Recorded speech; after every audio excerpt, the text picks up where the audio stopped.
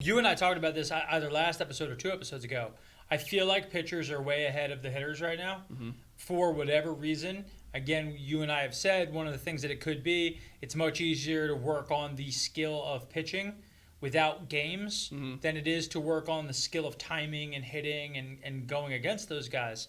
But I mean, hitting continues to suffer, and pitching seems to be at an all-time or at least a recent time high, comparable to what offenses have looked like. Yep. What I think is interesting is you're seeing a lot more of guys who were kind of looked at as mediocre to like just being a good pitcher but not like at an elite level. There's more of those guys moving into elite stats. Yes. And I think that could be interesting for the long tail of that. That gives them confidence. That shows them, hey, these are the things I need to work on to be the elite level and to stay there. So I'm curious to see if like we talked about last episode, I believe, like if there's a fall off or if these guys continue to stay at this level because they figured out all the different moves and things to be the elite pitchers that they have the potential to be. Yeah, and looking at other guys, it seems like some of the well-known names are doing okay. Mm-hmm. You know, you obviously have DeGrom and then everybody else. Yep. In terms of what it is, but it's been a year where I feel like we're hearing more of like, hey, here are some other guys. Yep. Here is like a next wave or new guys or guys who didn't always perform at this level, performing at a high level. Corbin Burns, prime example. Yes. Guy was absolutely tearing it up. Had kind of just a average, maybe slightly above average career up to this point, and was the beginning of the season was absolutely setting records every game he went out there. So yeah, we're starting to see those other guys really making an impact. I think it's great. And then you got a guy like Bauer. Bauer's got a weird stat line. Mm-hmm. He just continues to let up home runs everywhere. Yeah. But his ERA is not bad. He's got like a 2.5 ERA hovering around there since he started off the season poor. Yep. His stuff has looked crazy good. So good. When you watch it actually on screen, his slider is breaking so late and so much. All the stuff that he has, he really looks dominant. But when he misses, for whatever reason, just getting teed off on. I think he's almost at double-digit home runs allowed this season in 5 starts. Now I got to pull it up. I got to know exactly. Yeah, I think it's definitely he's like you said, he's dicing it up, and then when he's making a mistake, it's a very bad obvious mistake that guys are just ripping on. But then the rest of the game he'll be good. That's why his ERA is not crazy. 8 home runs allowed already in the season. Wow. Okay. Yeah, and he's also in the division where he's given up 2 to Tatis already. Yes. It's that division that you're just going to get hammered. He only has 1 game money. He's only got 1 game this season that he didn't allow a home run. And how many starts? In 7 starts so far. Wow. Okay. So in 7 starts. What are his Ks like this year? He is sitting at 58 Ks and 44 innings pitched. Wow. Yeah. So he's up there in the league probably. He's probably top 5. Again, his stuff has been nasty. I don't understand the home runs. But, again, I think it's we talk about it. So many guys are so good at what their spin rate is and what this is and all this other stuff. And to have those guys all so well aware, I feel like pitchers don't care about some of the stuff anymore. Yeah. Because they're like, hitters are going to hit. I threw a great pitch. He did it. Doesn't matter. My stuff is going to play the rest of the game. Yep. So confidence is staying up, even if the guy hits something here or there. It doesn't matter. Yep. So guys are still mowing people down later in the even in Means his perfect game. Typically, I feel like you don't see a ton of strikeouts when a guy starts working through something like that, unless he's just utterly dominant. It's 2 ways. Guy barely strikes out anybody. Defense plays on their head. Guys are having to make plays all over the place. Or you got a 20 strikeout. The guy absolutely – he had 12. Yeah. Right? Which means 15 guys in some capacity put the ball in play. Defense stood up.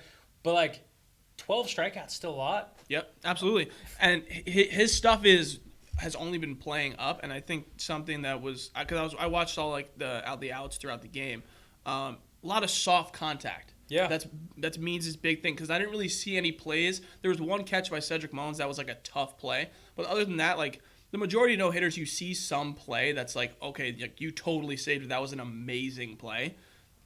don't really feel like there was one. I think there was just Yeah. great defense the entire way through, and not crazy barrels, nothing that would have like almost taken it away. Just a great job all around by the Orioles, and honestly, the Orioles have just surprised me in general of being like a pretty solid team.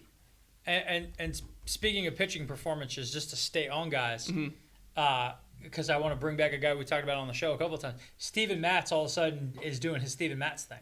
Oh, is he? Yeah, so Steven no. Steven Matz 2 starts ago walked into his start with a 2.31 ERA.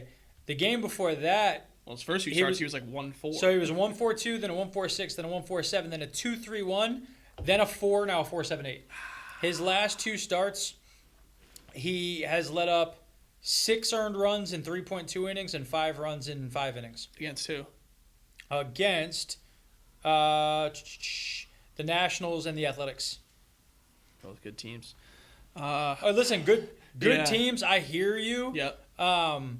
He's a guy who's just frustrating, Yes. and that's one of those things where like he could go from being just purely dominant to complete bust, and that's what Mets guys saw is that's how hard it is to be a great player. Yep. And it's why there's this separation is he's just an elite guy 50% of the time. Yep. And what the other 50% of the time is how low's your floor. And it just seems like for him, his floor is all the way to the ground. Whereas Bauer, more home runs allowed, has those moments, but just doesn't allow them to compound. Right. Because his floor is just higher. And it has led up. They look so comparable in a lot of different things. And then just to see the wide disparity in terms of what an ERA looks like, these tiny subtle changes. But interesting that pitching is so far ahead. Do you think hitting catches up at all this year? Because some guys always figure it out, right? Sure. Trout's been an absolute Monster. stud. It's ridiculous. And again, we talk about he actually has real protection in the lineup for the first time ever. And he's displaying some stuff. Yep. But then you got a guy like Stanton.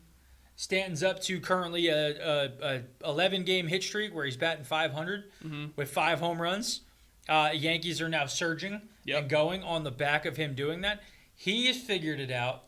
But who are other guys? Like, do you think hitting in general will come around, or is this the year of the pitcher?